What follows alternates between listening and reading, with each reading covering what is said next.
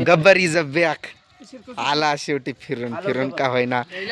काय तेव्हा तुझ्याकडं तुला सांगतो तुझ्याकडं पैसे नसले ना तरी पण येत जा. मग मी काय बोलली मी देते नंतर तुला देत जा म्हणून. तुला देतो येत जा. तर म्हणून तुला विचारत होतं देऊ काय म्हणून. ये भाया मी तर मुद्दामाचं व्हिडिओ म्यूट केलाय. म्हणजे असं ते कसं पोरं खात्यात गोंधळ करत्यात. ते आपापसात मस्करी मजाक त्यांचं चालतंय ना. मग त्यामुळं ते आवाजच दिला इथं मी. तर ही आहे दुपारच्या पिरियडमधली गर्दी. संध्याकाळच्या पिरियडमध्ये खूप असते पण मोबाईल कोणाकडे द्यावं ना काही सुचत नाही. मग त्यामुळं का नाही आता बघू आज जर जमलं तर रोहनकडं मोबाईल देईल आणि त्याला म्हणेल लांबून असा व्हिडिओ काढ. त्याला दिलता मोबाईल तो फक्त आमच्यावरच मारतोय. इकडं तिकडं मार म्हणलं तरी नाही मारत. त्याला म्हणलं रोहन कार इकडं तिकडं जर असा मोबाईल कर म्हणलं तर फक्त आम्हालाच दाखवायलाय.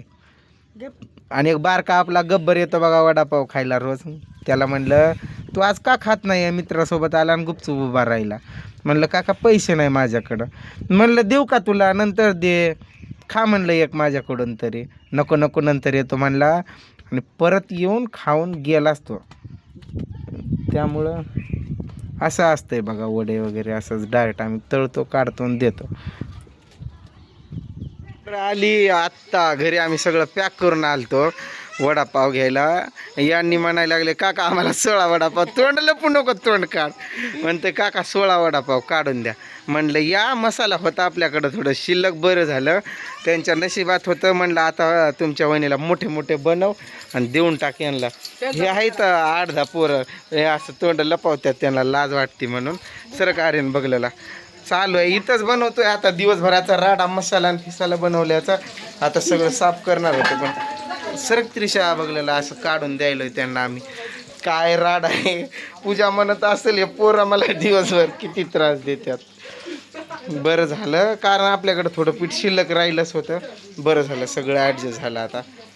काल मी घरीच व्हिडिओ काढत होतो म्हणजे तिथं आपल्या स्टॉलवर. आणि ते कसं पोरं पण नसतात आणि त्यांना पण काही मोबाईल पकडायचं जमत नाही. आणि गर्दी पडली की मग पोरं एखादी ते मोबाईल पण घेऊन पळून जातील आणि लक्षात पण राहणार नाही कोणाकडे मोबाईल दिलता म्हणून. मग म्हणून मी काय मोबाईल देत नाही. आपली पोरं नसतात ना तिथं एवढं. मग थोडाच व्हिडिओ काढलेला मी. आता आलोय मी पाव बटाटे वगैरे घ्यायला. बटाट्याचं पोतं घेतलंय पाठीमागं टाकून बांधलंय. पाव यायलेत इथं मागवलंय असं. मी म्हणलं पाव माझ्या जवळ आणून द्या माझ्याजवळ पोतं वगैरे आहे म्हणून. मला मिक्सरचं भांडं पण नीट करायचं आहे. ते म्हणतात ना नकटीच्या लग्नात 17 विघ्न तसे विघ्न येतात. हे बिघड ते बिघड गाडीच बिघड काय पावस संप मसाला खतम असं काही ना काही विघ्न येत राहतात. बऱ्यापैकी आपला जो व्यवसाय आहे आपला जो स्टॉल आहे तो चालला आहे. म्हणजे आहे आपल्याला 400-500 का होईना तेवढं शिल्लक राहतात.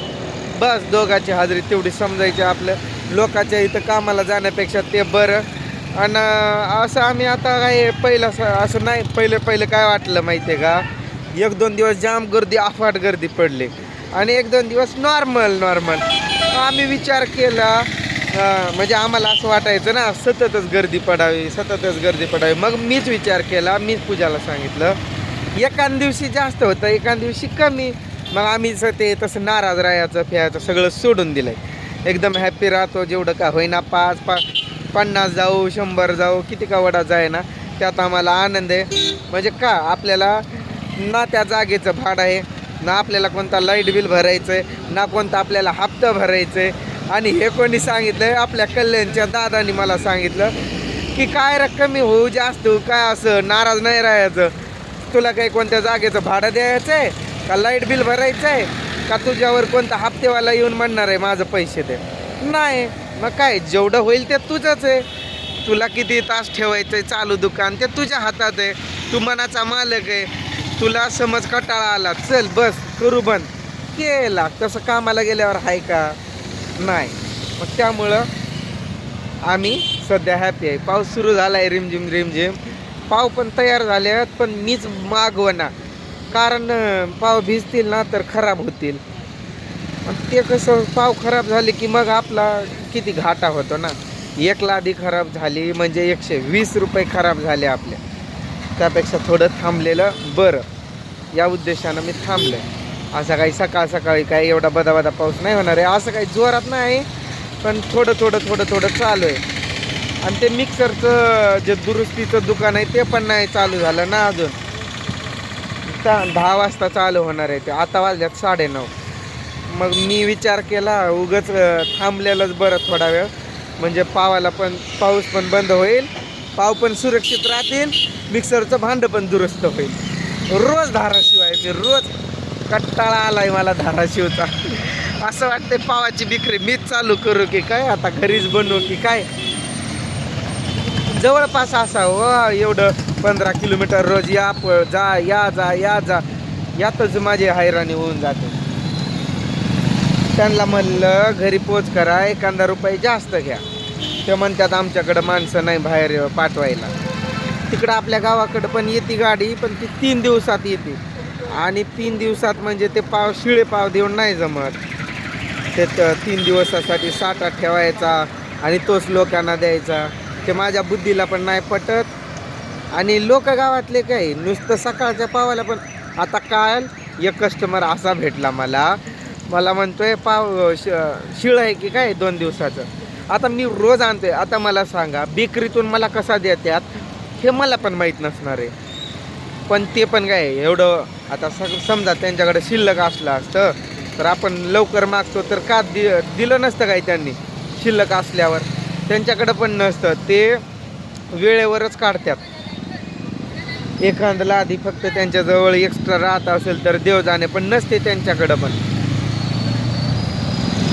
वडापावचा स्टॉल्स टाकल्यापासून रोजच धाराशिव आहे मी.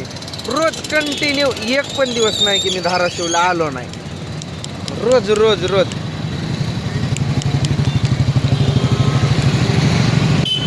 एक जण काय म्हणतो माहिती आहे का, म्हणे नाश्त्याची खूप चांगली सोय झाली आपल्या गावात. या 3 गावात नाश्त्याची सोयच नव्हती, म्हणजे वडापाव वगैरे असं काही नव्हतं. आणि समजा बायका रुसून गेल्या कुठं, त्यांना मारलं केलं रुसून गेल्या तर उपाशीच झोपावं लागत होतं. तू एक मस्त केलंय बाबा, आमच्या पोटाला आधार, असा हसलोय ना मी.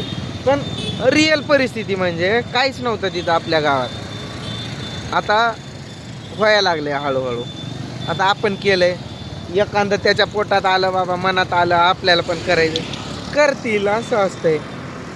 म्हणजे एकानं उडी टाकली ना तर दुसरे 1000 उड्या टाकाय तयार असतात. पण पहिला उडी टाकणारा तो खरा म्हणजे धाडशी.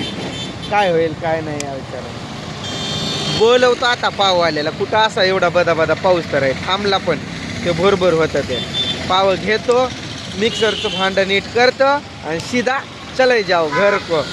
घरी जातो, स्टॉल ओपन करतो. स्टॉल पूजाला म्हणले आज आम्ही टाईमच ठरवलं आहे, सकाळी लवकर चालू करायचंच नाही. आम्ही रोज काय करायचो 8-9 असं पण चालू करत होतो. आता आम्ही काय करणार आहे, रोज 11ला सुरू करणार आहे. म्हणजे 12ला शाळा सुटते आणि पोरं येतात शाळेवरचे पण, म्हणजे बाहेरचे कॉलेजचे वगैरे पोरं असतात ना ते. मग त्यावेळेस एक लॉट संपून जातो जरा गर्दीचा. मग थोडा वेळ पूजाला पाठवून देणार घरी, जा जेवण फिवण करून आराम फिराम कर आणि मग ये असं करणार. आणि मग परत 3:30ला तिला बोलवणार, म्हणजे 4ला शाळा सुटते तेव्हा एक लॉट सुटतो. आणि मग पुन्हा काही थांबावंच लागतं. काल पूजा गेली घरी, थोडा वेळ जाऊन येते म्हणून गेली, तिनं टाकलं असं तिला झोपच लागली आणि पाक अशी झोपून गेली. माझे 53 का 54 फोन मी त्याला केलं तर तरी फोन जागी नाही. मला वाटलं त्या फोनच्या रिंगमुळं तरी जागी होईल, तरी पण ती काय जागीच नाही. मग पोरांकडे निरोप पाठवल्या तिथले आमच्या गल्लीतले की तिला पाठवून द्या मसाला वगैरे घेऊन. गर्दी पडलेली, मला जाता पण येत नव्हतं, सगळं सामान संपलेलं. चला मी आता या व्हिडिओला इथंच थांबवतो. तुमचा प्रेम, तुमचा आशीर्वाद कायम सोबत असू द्या. बाय.